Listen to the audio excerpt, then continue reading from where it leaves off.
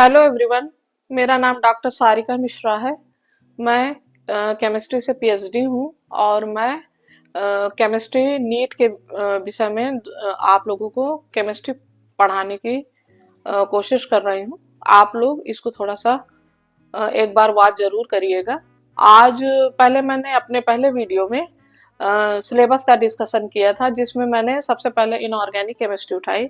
Inorganic chemistry के syllabus का discussion किया। इसके बाद इसके लेक्चर्स, आने वाले लेक्चर्स में मैं फिजिकल और ऑर्गेनिक केमिस्ट्री के सिलेबस का भी डिस्कशन करूंगी। तो आज हम इनऑर्गेनिक केमिस्ट्री के पहले topic periodic table and periodic properties के विषय में अध्ययन करेंगे। तो पेरियोडिक टेबल की हमें सबसे पहले हमें ये बताने कि हमें ये जानने की कोशिश करनी चाहिए कि पेरियोडिक टेबल की जरूरत क्यों पड़ी। तो आज से कम 1800 सन में जब काफी तत्वों की खोज हो चुकी, लगभग 114 एलिमेंट्स की खोज हो गई, तो उनके प्रॉपर्टीज की स्टडी करने के लिए हमें एक अल्टरनेटिव क्रम की जरूरत पड़ी। तो उस समय वैज्ञानिकों ने, जो केमिस्ट थे, उन्होंने एलिमेंट्स को एक टेबल के रूप में देने के लिए अलग अलग समय पर अलग अलग तरह की कोशिशें की। तो हम ये देखेंगे कि जो पेरियोडिक टेबल है, इसका अध्ययन हम क्यों करते हैं। पेरियोडिक टेबल में क्या किया जाता है कि इसमें एलिमेंट्स को उनके physical and chemical properties, periodic table में हम ये देखेंगे कि जो 114 एलिमेंट्स की खोज हुई, पीरियडिक टेबल में 114 एलिमेंट्स की जब रिसर्च हुई, तो इसके बाद हमें इन एलिमेंट्स को फिजिकल और केमिकल प्रॉपर्टीज के ट्रेंड में रखने के लिए हमने पीरियडिक टेबल का यूज किया। तो हम पीरियडिक टेबल क्या है, physical and chemical properties of elements repeat, ठीक है। यानी पीरियडिक टेबल में जो भी एलिमेंट्स हैं, उनके फिजिकल और केमिकल प्रॉपर्टीज जो होते हैं, वो एक अल्टरनेट क्रम से रिपीट होते रहते हैं, सेम कैरेक्टर बार बार शो होते रहते हैं। तो अब चूंकि हमने देखा कि पीरियडिक टेबल क्या है, अब इसके बाद हम इसकी हिस्ट्री के विषय में जानेंगे कि पीरियडिक टेबल बनी कैसे, क्या क्या प्रोसेस हुई, किन किन प्रोसेस के द्वारा पीरियडिक टेबल का जेनेसिस हुआ। तो हम पढ़ेंगे genesis of periodic table. Genesis of periodic table, इसमें हम देखेंगे कि सबसे पहले एक जर्मन केमिस्ट थे।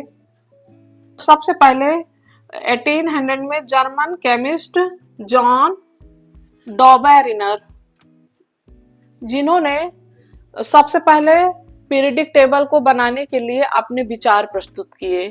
इन्होंने क्या किया, इन्होंने पीरियड एलिमेंट्स का स्टडी किया और उनको एक ग्रुप में रखा। जब इन्होंने एलिमेंट्स को ग्रुप में रखा, तो उन्होंने देखा कि प्रत्येक ग्रुप में थ्री एलिमेंट्स ऐसे हैं जिनके कैरेक्टर मैच करते हैं। जैसे इन्होंने first element, second element, third element. तो इन्होंने देखा कि जो सेकेंड एलिमेंट का एटॉमिक वेट है, वो फर्स्ट प्लस थर्ड एलिमेंट के एटॉमिक वेट का हाफ है। इसके बाद इसको इन्होंने ट्राइड कहा, ट्राइड का रूल कहा गया इसको, ट्राइड का रूल। इसके बाद 1868 में जॉन अलेक्जेंडर न्यूलैंड ने जो ट्राइड की ला दिया। इसके बाद इन्होंने जो एलिमेंट्स के फिजिकल एंड केमिकल प्रॉपर्टीज के बारे में बताया कि ये इनके एटॉमिक वेट के क्रम में अल्टरनेटिव होते हैं। लेकिन ये रूल सिर्फ कैल्शियम के एबो तक ही लागू हो पाया, इसके ऊपर जो एलिमेंट थे उनमें ये रूल फॉलो नहीं हुआ। इसके बाद कुछ दूसरे साइंटिस्ट आए। इसके बाद एक रशियन साइंटिस्ट आए, दिमित्री मेदवेदेव, जिन्होंने 1930 से 1907 में, और एक जर्मन केमिस्ट आए लॉदरमेयर, जिन्होंने 1830 से 1860 में अपने पीरियडिक टेबल संबंधी कुछ एक्सप्लेनेशन दिए। इनके अकॉर्डिंग अगर हम एलिमेंट्स को उनके बढ़ते हुए एटॉमिक वेट के क्रम में रखते हैं तो उनके फिजिकल और केमिकल प्रॉपर्टीज रेगुलर इंटरवल पर रिपीट होते हैं। इन्होंने ये रूल दिया। इसके बाद एक साइंटिस्ट आए मेंडलीव, इन्होंने भी पीरियडिक टेबल संबंधी रूल इसी एटॉमिक वेट पर दिया। इन्होंने बताया कि जब एलिमेंट्स को उनके बढ़ते हुए एटॉमिक वेट के क्रम में रखते हैं तो उनके केमिकल और फिजिकल प्रॉपर्टीज अल्टरनेट क्रम से रिपीट होते हैं। लेकिन इनको उसमें एक समस्या नजर आई। उन्होंने देखा कि आयोडीन 7th पीरियड में है और इसके नीचे जो एलिमेंट प्रेजेंट है टेल्यूरियम, वो 6th पीरियड में है। आयोडीन को 7th पीरियड में इसलिए रखा गया क्योंकि आयोडीन फ्लोरीन, क्लोरीन, आयोडीन इस ग्रुप में प्रेजेंट था, जिनके कैरेक्टर सिमिलर थे। लेकिन चूंकि एटॉमिक वेट के बढ़ते क्रम में रखने पर आयोडीन जो 7th पीरियड का था वो टेल्यूरियम 6th पीरियड से ऊपर था, इसलिए यहाँ से इस पीरियड टेबल में थोड़ी समस्या, कुछ प्रॉब्लम समझ में आई। इसके बाद modern form of periodic table आया। 20th सेंचुरी तक पहले हमें किसी भी एटम के जो फंडामेंटल पार्टिकल्स हैं उनके विषय में हमें जानकारी नहीं थी। 20th सेंचुरी में जब एटम्स के फंडामेंटल पार्टिकल्स की खोज हुई, उसके बाद 1930 में मोजले आए। इन्होंने बताया कि कुछ एलिमेंट के जो एक्सरे स्पेक्ट्रा है उसमें रेगुलरिटीज पाई गई। इन्होंने कुछ इस संबंध में इन्होंने कुछ अपनी विचारधाराएं प्रस्तुत की। इन्होंने क्या किया कि कुछ एलिमेंट्स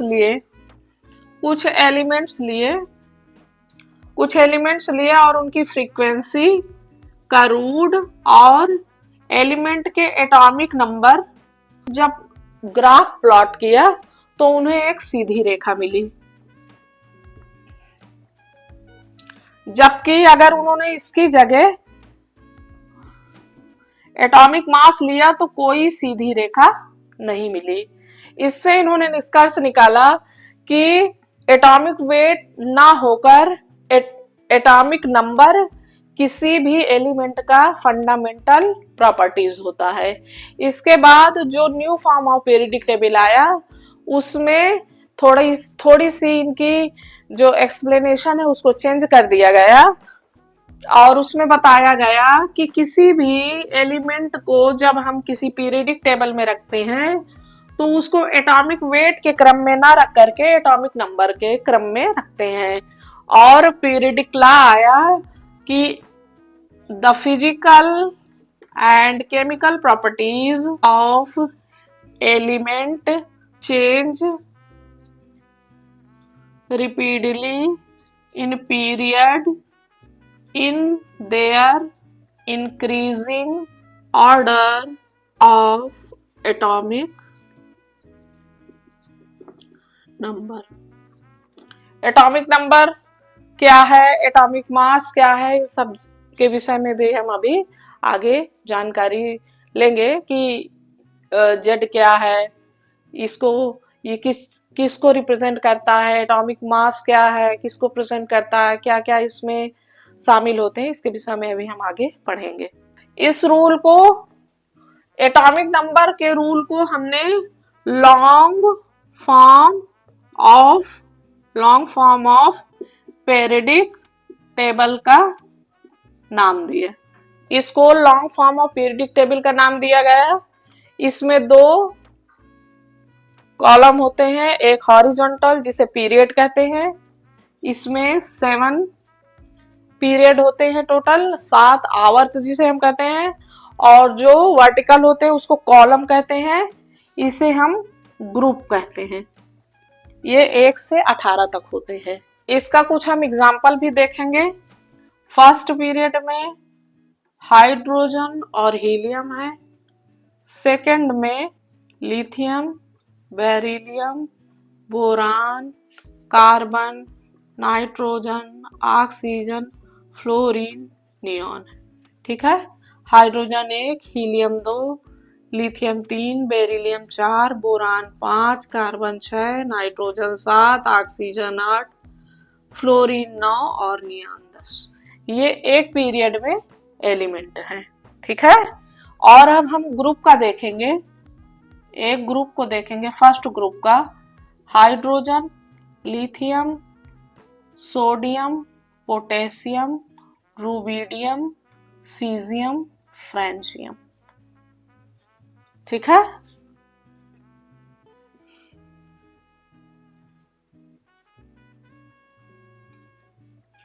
ये ग्रुप में जितने भी एलिमेंट हैं इनके कैरेक्टर समान होते हैं। अभी आगे हम पढ़ेंगे इन एलिमेंट का इलेक्ट्रॉनिक विन्यास।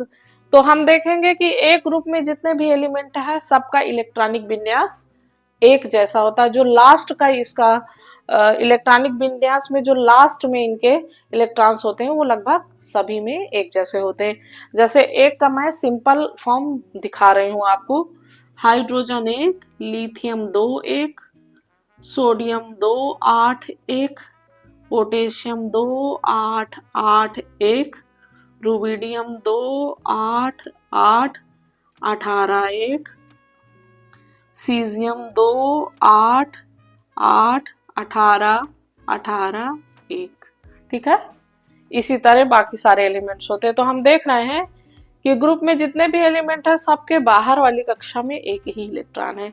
इनके इलेक्ट्रॉनिक विन्यास समान है। इनके बहुत सारे फिजिकल और इलेक्ट्रॉनिक जो कैरेक्टर होते हैं वो आपस में मिलते जुलते होते हैं। ठीक है। और ये हमने पीरियड देखा, एक पीरियड में कैसे क्रम से एक एक इलेक्ट्रॉन भरने से कैसे एक के बाद दूसरा एलिमेंट अरेंज किया गया है। जो पेरियोडिक नंबर होता है, जो पेरियोडिक नंबर होता है वो high principal quantum number of element को रिप्रेजेंट करता है। अब ये प्रिंसिपल क्वांटम नंबर क्या है, आगे की चीजें, लॉगमिथल क्वांटम नंबर क्या है, ये आगे हम एटॉमिक स्ट्रक्चर में पढ़ेंगे। तो हम इसमें देखेंगे कि first, second, third, fourth, fifth, sixth, seventh, इतने पीरियड हैं। फर्स्ट पीरियड में 2 एलिमेंट है, सेकेंड में 8 है, थर्ड में 8 है, फोर्थ में 18 है, फिफ्थ में 18 है, सिक्स्थ में 32 है और सेवेंथ में 32 है। जो सेवेंथ पीरियड है इसमें जो 32 एलिमेंट्स है इसके विषय में पहले जानकारी नहीं थी, लेकिन periodic number is equal to high principal quantum number of element. इस आधार पे साइंटिस्ट ने ये अनुमान लगाया है कि इसमें भी 32 एलिमेंट ही प्रेजेंट होंगे। अब सिक्स्थ और सेवेंथ पीरियड के 14 एलिमेंट्स, जिन्हें हम सिक्स्थ पीरियड के 14 एलिमेंट्स को लैंथेनॉइड्स कहते हैं और सेवेंथ पीरियड के 14 एलिमेंट्स को, जिसे हम एक्टिनॉइड्स कहते हैं, इनको पीरियडिक टेबल से अलग नीचे कॉलम के रूप में रखा गया है। ये लैंथेनॉइड्स और एक्टिनॉइड्स कहलाते हैं। तो इस तरह से आज मैंने आप लोग के सामने पीरियडिक टेबल का क्या इतिहास रहा, किस तरह से किस क्रम में पीरियडिक टेबल का विकास हुआ, कैसे एलिमेंट्स इसमें रखे गए और कैसे इसमें अल्टरनेट चेंज हुए, फिर कैसे एटॉमिक नंबर के अकॉर्डिंग इनको अरेंज करके इनका एक्सप्लेनेशन किया गया, फिर कुछ मैंने इसमें ग्रुप और पीरियड के विषय में भी आपको एग्जाम्पल के रूप में कुछ बताया। अब इसके आगे मैं नेक्स्ट वीडियो में आपके सामने एक्सप्लेन करूंगी। अगर वीडियो आपको पसंद आया हो तो प्लीज़ लाइक और सब्सक्राइब कर दीजिएगा। Thank you.